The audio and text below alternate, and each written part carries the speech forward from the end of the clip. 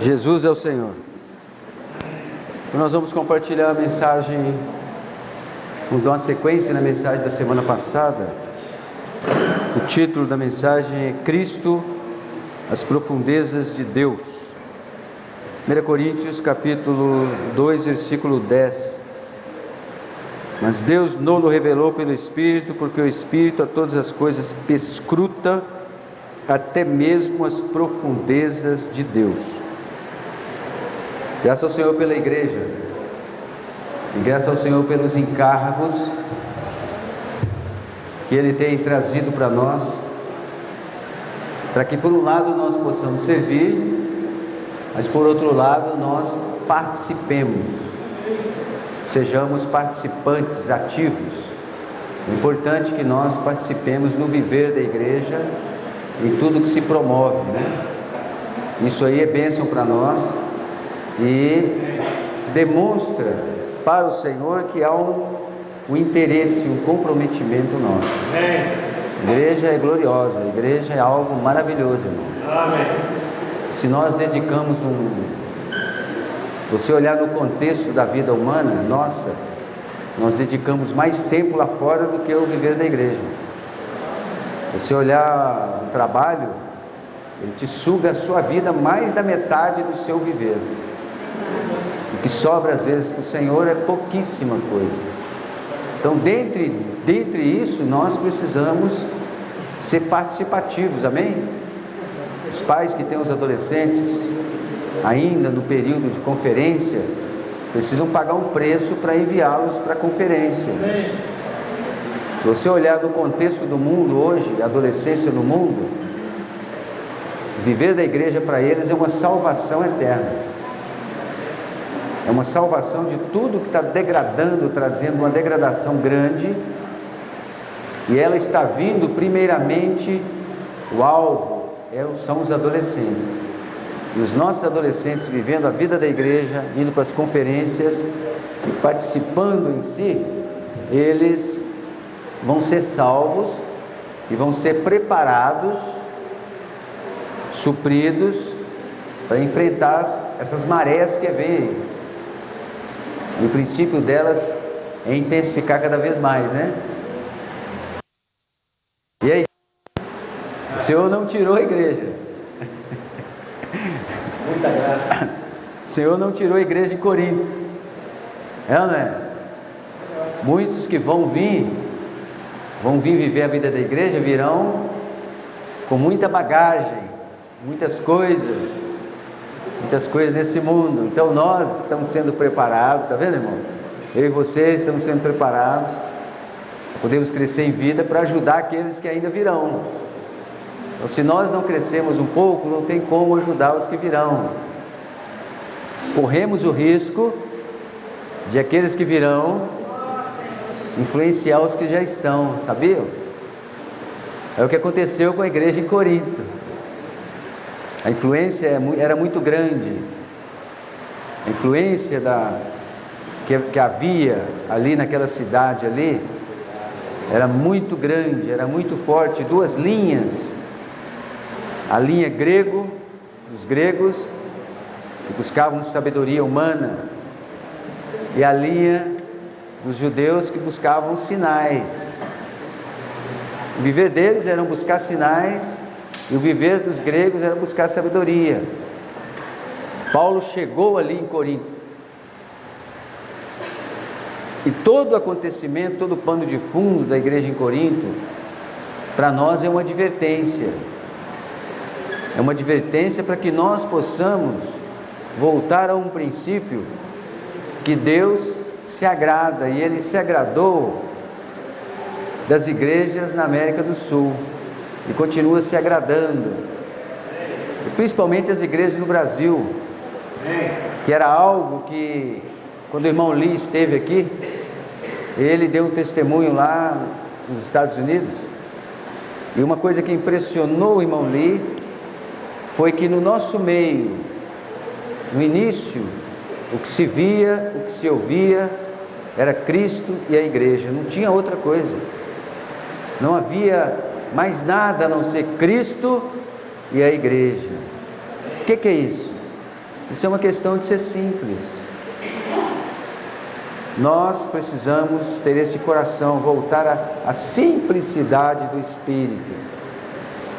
A igreja de Corinto precisava disso. É ou não é? Eles buscavam sinais e buscavam sabedoria. E o que Paulo apresentou para eles? Está aqui em 1 Coríntios capítulo 2, versículo 2. Porque decidi nada saber entre vós, senão a Jesus Cristo e este crucificado. Cristo não é complicado, irmão. Cristo não tem complicação nenhuma. Cristo é simples. O nosso Senhor Jesus, Ele é simples. Simples. Os judeus precisavam de sinais? Cristo. Os gregos precisavam de sabedoria? Cristo. A vida do judeu em si ela foi envolvida em quê? Sinais. Eles viveram desde a saída do Egito até a boa entrada na terra de Canaã. Eles viveram vendo o quê? Sinais. E isso percorreu a vida deles toda. Tudo. E os gregos buscavam a sabedoria humana. E o que é sabedoria? Sabedoria não é intelecto, não. Sabedoria não está relacionada à questão intelectual. A questão intelectual, ela está ligada em você ter capacidade humana de ler uma Bíblia rápido, ler livros, obter conhecimentos. Isso não é sabedoria, não. O que é sabedoria? Sabedoria está ligada a relacionamento de uma pessoa com a outra. E isso é um dom de Deus. Uma pessoa que é sábia é uma pessoa que ela tem a capacidade de resolver problemas. A maneira que ela fala, a maneira que ela age numa situação, ela consegue fazer com que aquela situação seja resolvida. Isso é sabedoria. Ela vem de Deus, ela não vem em função de conhecimento humano. Salomão era o quê? Sábio. Era ou não era? A Bíblia não fala que ele era um intelectual. Não fala. A Bíblia não fala que ele era um homem intelectual, um homem capaz intelectualmente. Mas a Bíblia fala que ele era o quê? Cheio de sabedoria. E essa sabedoria vinha de quem? De Deus. E ele não conseguia resolver os problemas ali entre o povo? Então isso é a verdadeira sabedoria, não a sabedoria segundo os gregos. Então eles buscavam sinais, buscavam tantas coisas, e Paulo resolveu simplificar para eles de uma maneira tão simples, né? Apresentando Cristo para eles. E é o que nós necessitamos hoje no viver da igreja. Nós precisamos de Cristo para todos os nossos problemas e todas as nossas dificuldades. O que eu e você precisamos é Cristo. Você quer sabedoria? Cristo. Você gosta de sinais? Cristo. Tudo que nós precisamos, irmãos, para o nosso viver da igreja, o nosso viver secular, a vida com as pessoas, na pregação do Evangelho, é Cristo. Não precisamos de mais nada. Precisamos de Cristo. Na semana passada o irmão mostrou para nós 12 itens preciosíssimos, né? Hoje nós vamos ver 8 itens para fazer um fechamento. São 8 itens que Paulo apresentou para os coríntios de uma maneira tão rica, preciosa, para poder ajudá-los. E por meio da palavra hoje nós estamos sendo ajudados a viver uma vida da igreja sem complicação, sem sermos complicados, sem sermos difíceis, sem estar preocupado com o que o outro veste, com o que o outro pensa. A maior dificuldade que havia entre os coríntios era a divisão. Toda essa situação que surgiu entre divisão, eles eram divididos em tudo, até na questão da comida, questão da roupa, questão de pensamentos, questão de N coisas, preferência. Eu sou de Paulo, não, eu sou de Cefas, olha só. Isso dividiu os irmãos, eram irmãos divididos por coisas tão sem importância, tudo voltado para o lado humano.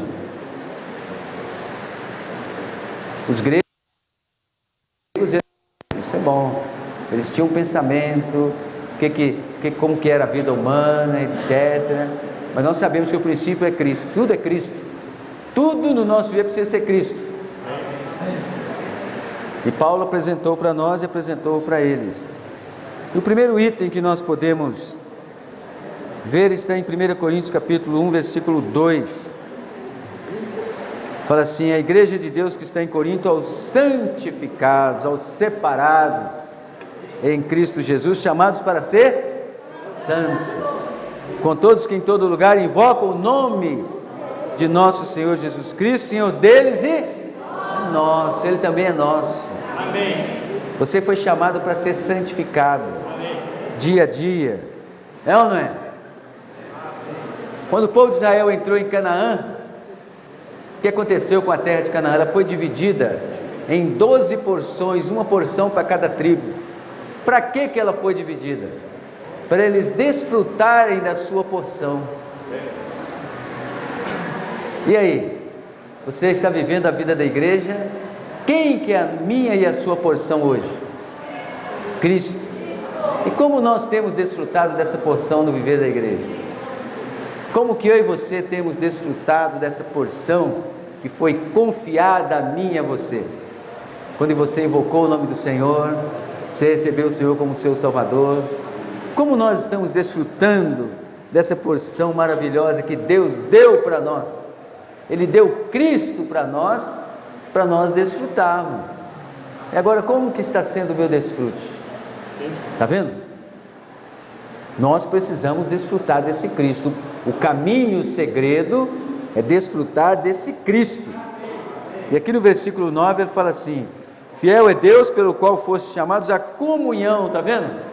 Ele nos chama à comunhão de seu Filho Jesus Cristo, nosso Senhor. Ele nos chamou e nos deu. Ele não tirou, Ele nos deu.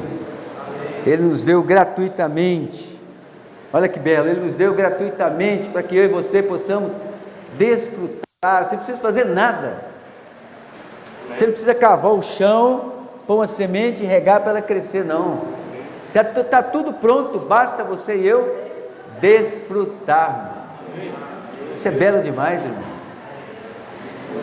E como que nós desfrutamos desse Cristo? Invocando o nome do Senhor. Quando você invoca o nome do Senhor, você está desfrutando dessa porção de uma maneira preciosa, simples, sem complicação. Jesus não tem complicação nenhuma, irmão. Por isso que Ele é escândalo para o mundo. Coisas extraordinárias. Jesus veio sem complicação nenhuma, tão simples que expôs o mundo, expôs as coisas do mundo.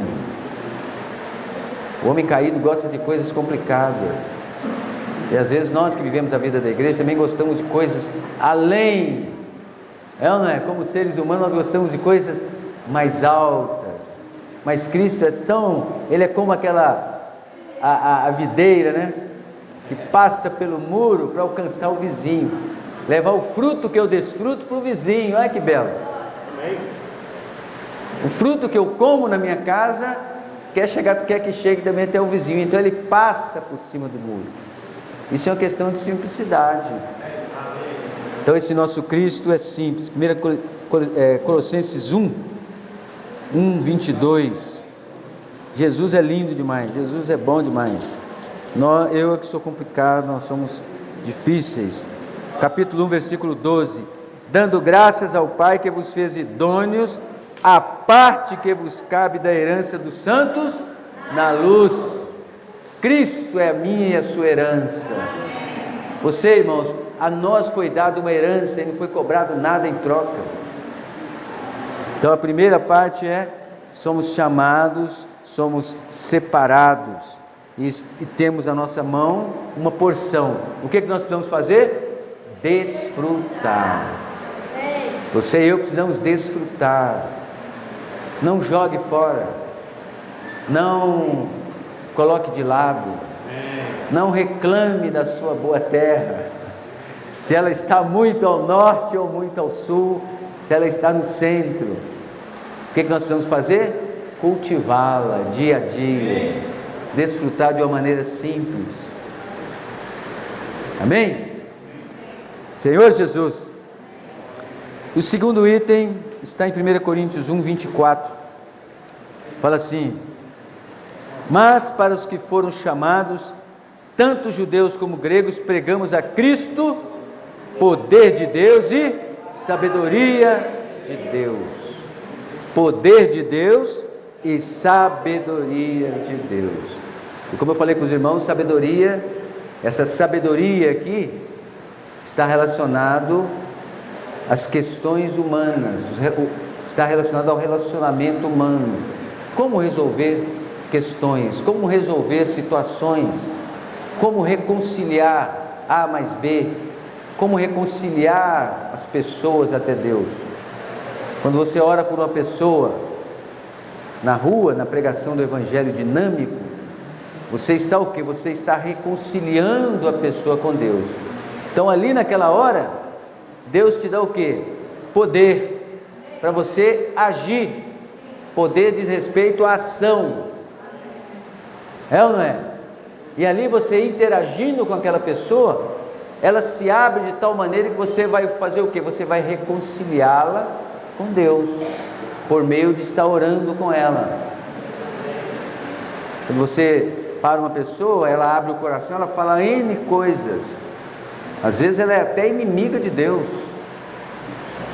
Mas naquele momento ali o Senhor te dá a sabedoria que vem do céu, que vem do alto. Às vezes você nem sabe, nem se baseia em si mesmo, no seu conhecimento bíblico. Você não consegue, irmão. É sério isso. Você está ali orando por uma pessoa, o Senhor não permite que você use o seu conhecimento humano, às vezes da sua leitura da Bíblia, várias vezes, mas naquela hora ali é Deus que está atuando. Para quê? Porque há necessidade de uma reconciliação. Está vendo? Então essa sabedoria é Cristo, que é simples, e também é o poder de Deus, para que você fale, para que você haja, para que haja ação. Aleluia! Senhor Jesus. Por isso que a solução para tudo, para nós e para as pessoas, é Cristo. É Cristo. Essa é a solução para tudo.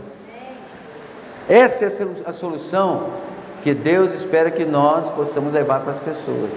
O Cristo simples, o Cristo amoroso, cheio de bênçãos, um Cristo que dá vida, que se deu por mim e por você, e todos os dias Ele se coloca para que nós possamos desfrutá-lo. Senhor Jesus, aqui 1 Coríntios capítulo 1, versículo 30, fala assim: mas vós sois dele, em Cristo Jesus, o qual se tornou da parte de Deus sabedoria e justiça e santificação e redenção. Ele se tornou da parte de Deus.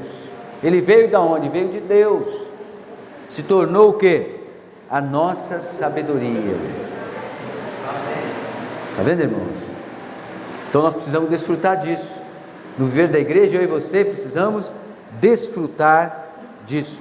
E aqui em capítulo 2, 1 Coríntios capítulo 2, versículos 7 e 8, fala assim: mas falamos sabedoria de Deus em mistério, outrora oculta, a qual Deus preordenou desde a eternidade para a nossa glória.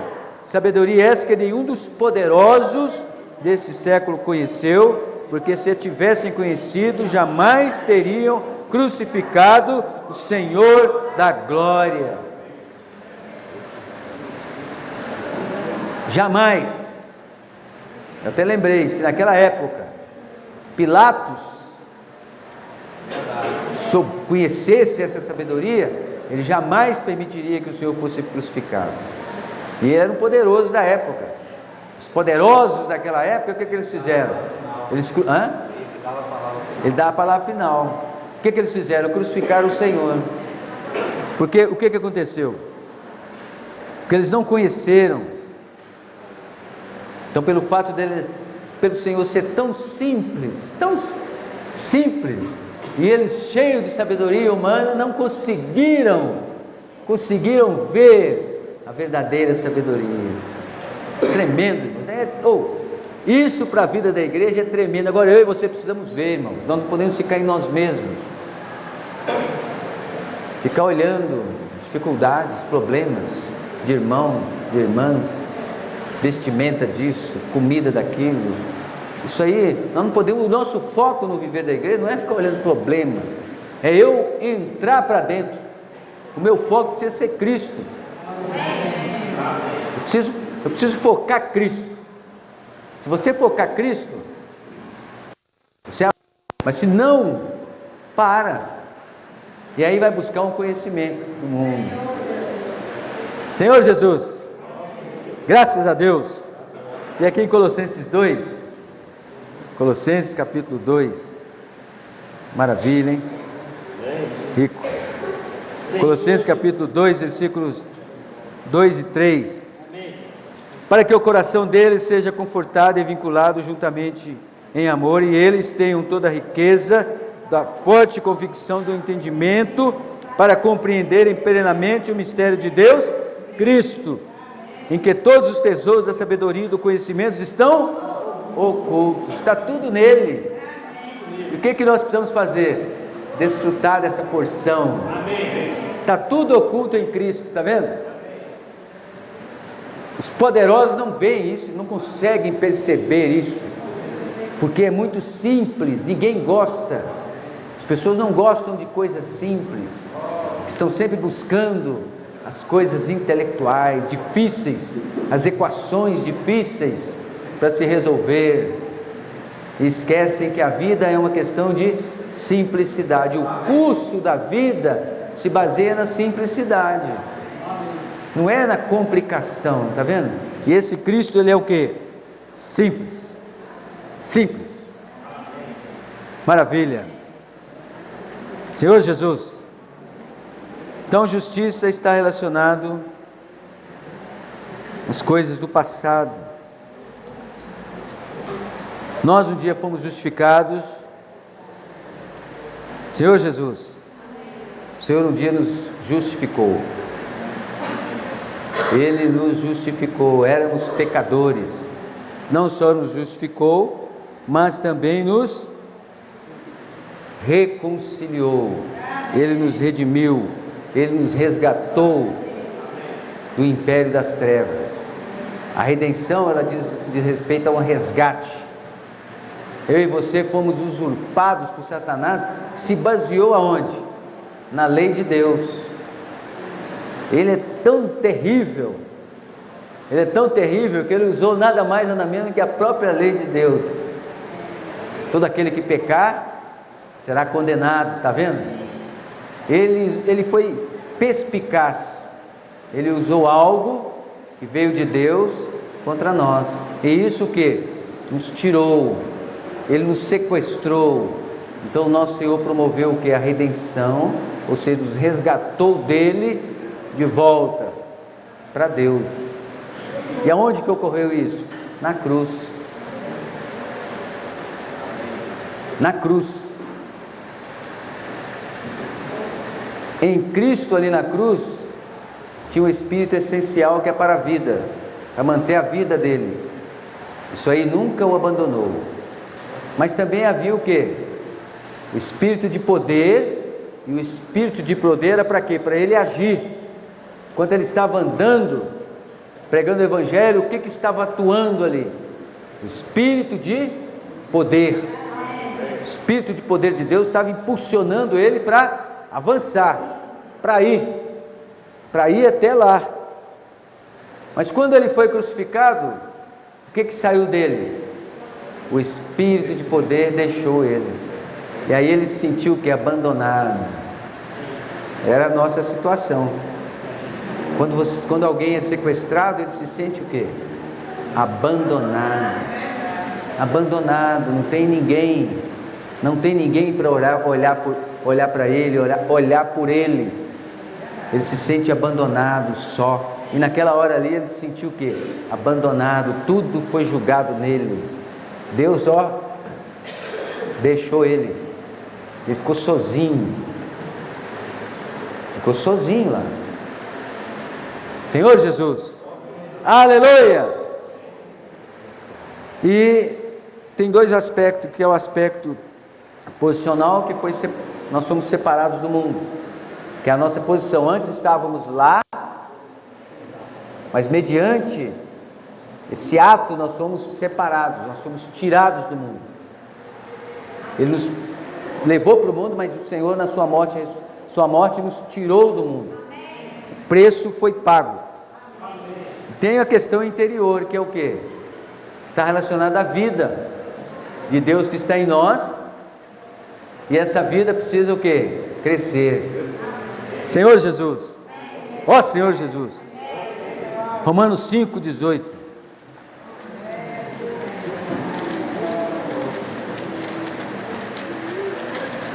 Romanos capítulo 5, versículo 18.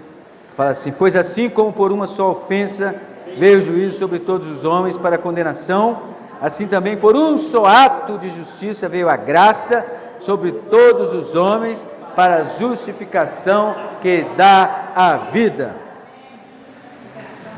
Então o que está envolvido nessa justiça de Deus? Santificação e redenção. Então Filipenses capítulo 3, versículo 9, fala assim: ser achado nele, não tendo justiça própria que procede da lei, senão a que é mediante a fé em Cristo, a justiça que procede de Deus baseada na fé. Então precisa de quê?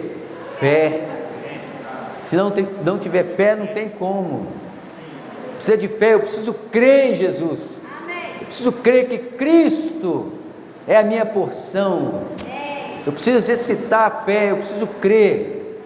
A partir do momento que eu exercito a minha fé, eu creio. E aí esse crer ele age em mim. Aí na minha vida acontecem as coisas. Está vendo, irmãos? Tudo depende de quê? Depende da fé. É importante a fé. A fé não pode, ela não sai, ela segue junto. Para que alguém seja salvo, ela precisa o quê? Crer. Para que eu e você sejamos vencedores, viver uma vida da igreja na simplicidade, precisamos exercitar o que? A fé. Amém. Mesmo que você esteja numa situação tão caótica, difícil humanamente falando, você precisa ter fé que o Senhor vai te tirar daquela situação, que a sua porção está diante de você. Você precisa o quê? Desfrutar dela. Não é baseado em sinais. Eu preciso ver um sinal, eu preciso que Deus me dê sabedoria para ter revelação. Não é isso, não. É uma questão de fé.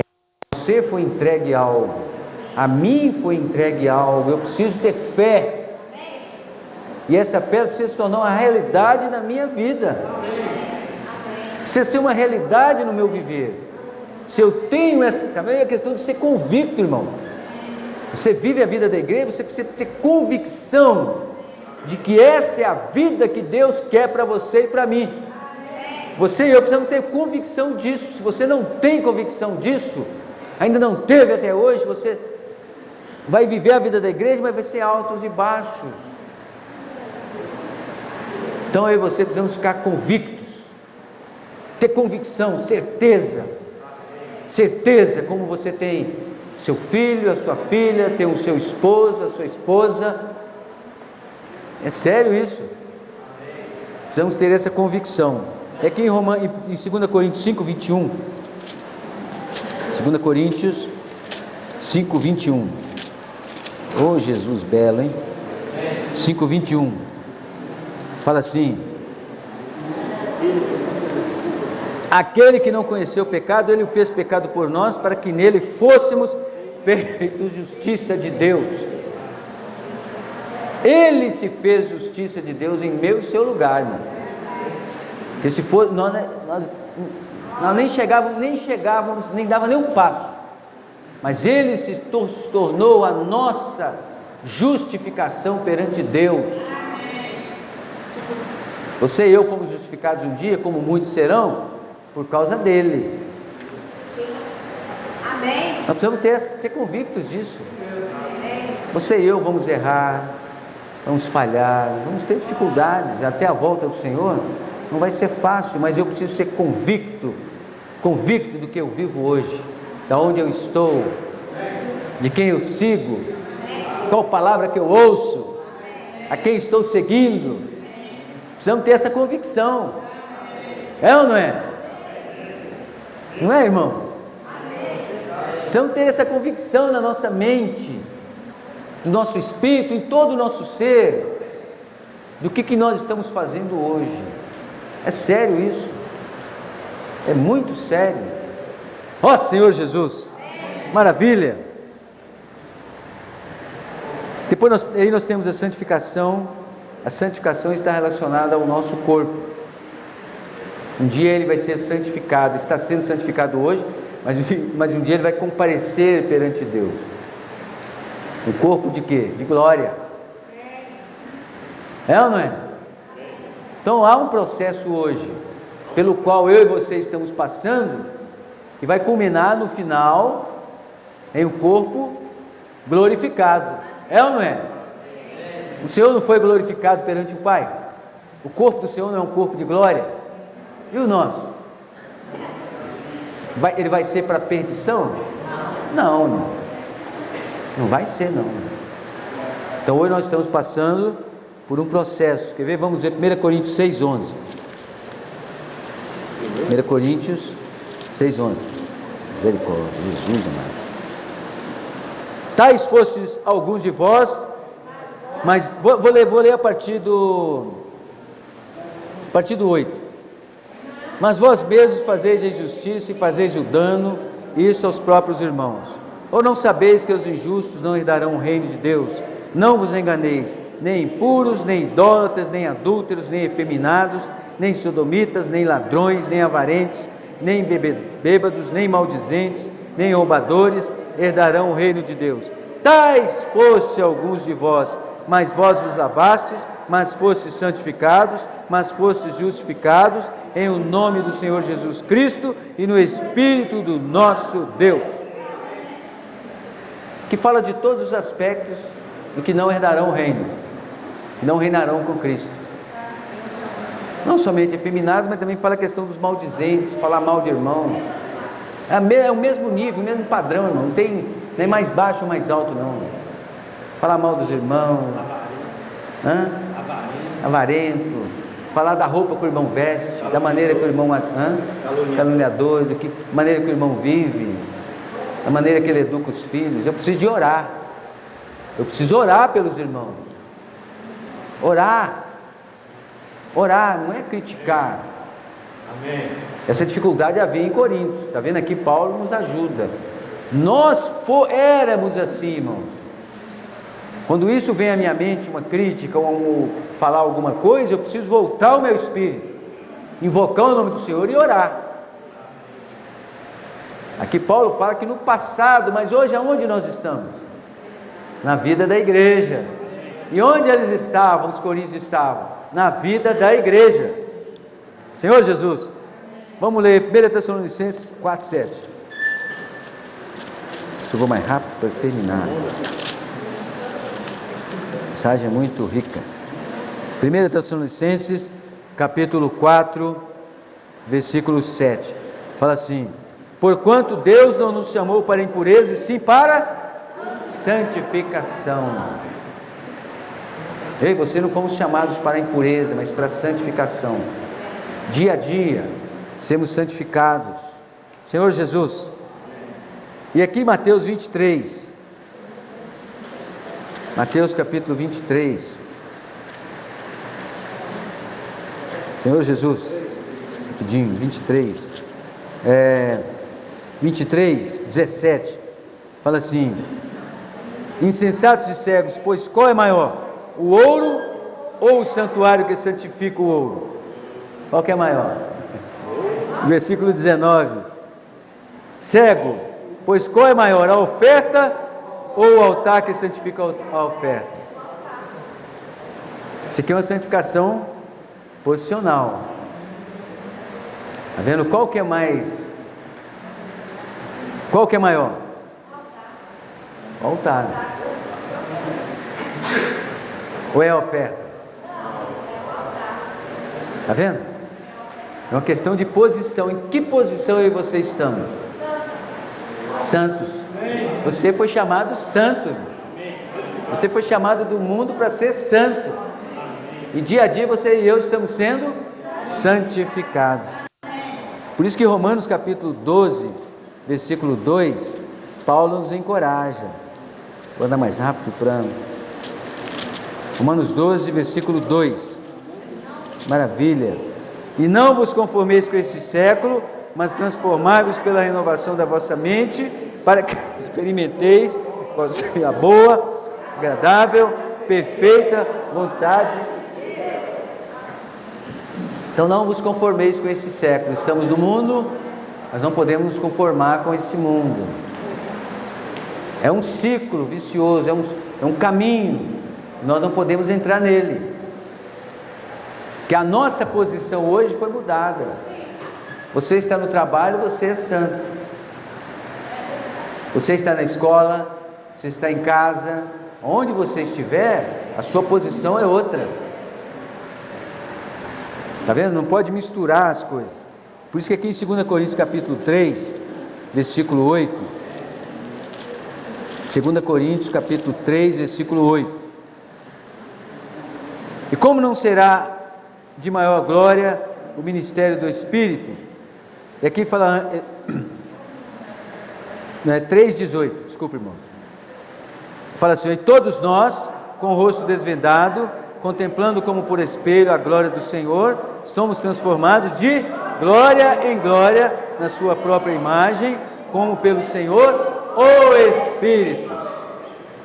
Para isso eu e você precisamos manter a nossa posição, que a transformação é de glória em glória, é dia em dia.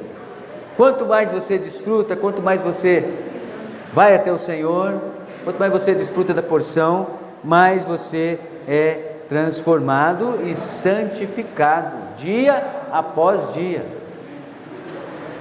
A intenção do inimigo é que nós não tenhamos essa percepção em nosso espírito. Então cria-se muitas situações no nosso dia a dia, na nossa vida diária.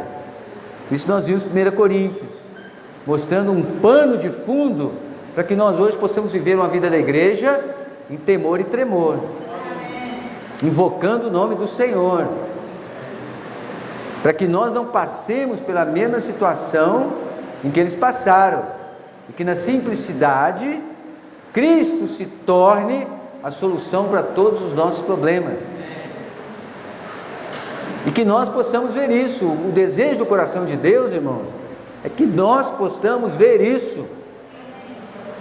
O problema não está lá fora, resolvido lá fora. O problema está em Cristo, está resolvido em Cristo, não é no mundo, é eu e o Senhor. Por isso que é a importância, importantíssimo que nós aprendamos a ir até Deus. Nós temos plena liberdade para isso hoje. Está vendo? Nós temos plena liberdade de ir até o Senhor e abrir o nosso entendimento, nosso coração, falar para Ele. Falar para Ele. E Ele, cheio de sabedoria, o que Ele vai fazer? Ele vai resolver o nosso problema. Está vendo? E aí nós aprendemos com quem? Com Cristo. E quando nós aprendemos com Cristo, o Senhor, por graça e misericórdia, nos usa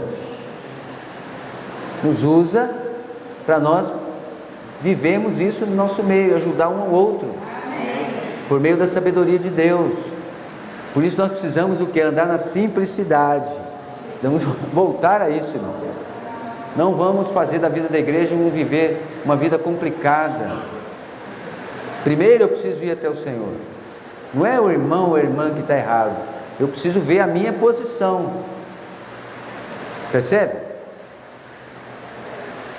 Então eu preciso ir até o Senhor, eu preciso ver isso claro na minha vida, ter uma experiência com Deus, ter uma experiência com Deus, ver o Senhor. Às vezes nós não temos, às vezes eu não tive, às vezes eu vim trazido por alguém. Na minha vida, no meu viver, eu preciso ter uma experiência. Se eu tive a experiência com Deus, minha vida é totalmente diferente. No nosso viver cristão, nós precisamos ter isso. Se eu ainda não tive, eu preciso pedir ao Senhor para ter. Eu preciso rogar ao Senhor para ter uma experiência profunda com Deus. Eu preciso ver Deus. Por exemplo, Samuel, ele não teve uma experiência face a face com Deus. Mas Moisés teve. Teve ou não teve? Ele teve, ele viu o Senhor. E isso aí mudou a vida dele toda. Mudou todo o contexto do viver dele. Então, se nós ainda não tivemos, nós precisamos pedir ao Senhor para ter. Senhor, eu quero ter uma experiência contigo. Eu preciso disso, eu preciso ver o Senhor. Senhor Jesus. E a redenção está ligada, eu falei para os irmãos, a questão do resgate, né? O Senhor se tornou o nosso resgate. Satanás, ele riu, né? Certamente quando ele veio ali, ele falou, não tem preço nenhum que pague isso. Esse agora é meu, esse homem é meu, e não vai ter dinheiro nenhum, nada que pague por ele. Mas ele caiu numa armadilha. O preço foi pago. O preço foi pago. E o Senhor se tornou o que? O nosso resgate. Ele nos levou de volta para Deus. Maravilha. Senhor Jesus, mensagem muito rica. Eu vou só ler, para não terminar muito tarde. O 7º item fala de 1 Coríntios 2,8. 1 Coríntios 2,8 fala assim: sabedoria é essa que nenhum dos poderosos desse século conheceu, porque se a tivessem conhecido, jamais teriam crucificado o Senhor da glória. O 7º item é o Senhor da glória. Nós estamos andando, estamos caminhando de glória em glória. E no fim nós vamos ser o quê? Glorificados, não é? Senhor Jesus. Então esse é o desejo de Deus para mim e para você, irmão. Sermos glorificados. Deus anseia isso, esse corpo terreno, cheio de glória, transparecendo a glória interior. Não é exterior, é interior, de dentro para fora. Isso aí está sendo feito em mim e você hoje, está sendo trabalhado na nossa pessoa hoje. 1 Coríntios 2,7 fala assim: mas falamos da sabedoria de Deus em mistério, autor oculta, qual Deus preordenou desde a eternidade para a nossa glória.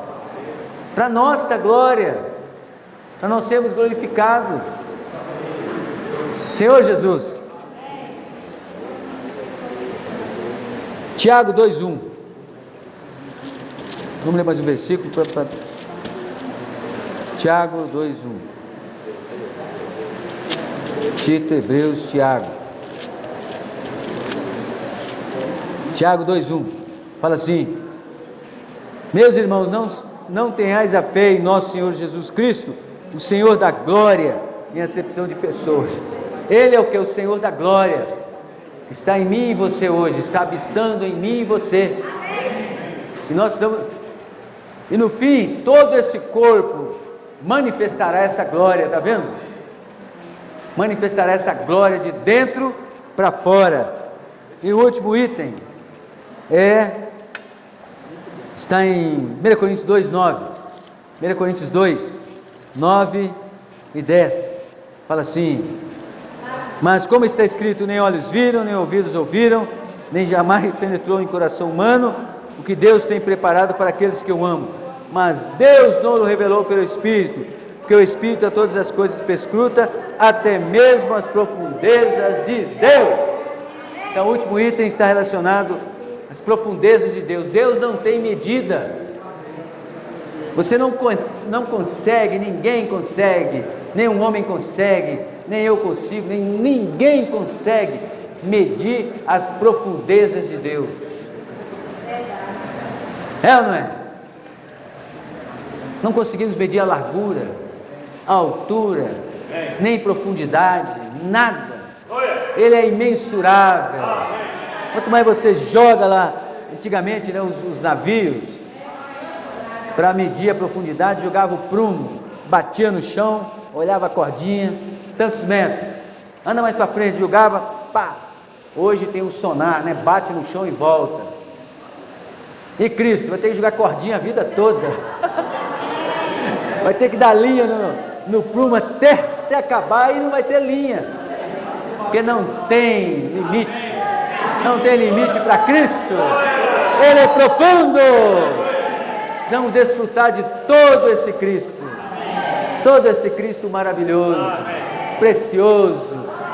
Jesus é tudo que nós precisamos, irmãos, para viver uma vida da igreja agradável, para nos envolver, nos motivar. Você quer motivação? Olha para Cristo. Você quer alegria? Olha para Cristo. Você quer viver maravilhoso? Olha para Cristo. Quer sabedoria? Olha para Cristo. Tudo é Cristo. Quer sinais? Olha para Cristo. Tudo é Cristo. Tudo é Cristo. Amém? Jesus é o Senhor. Maravilha.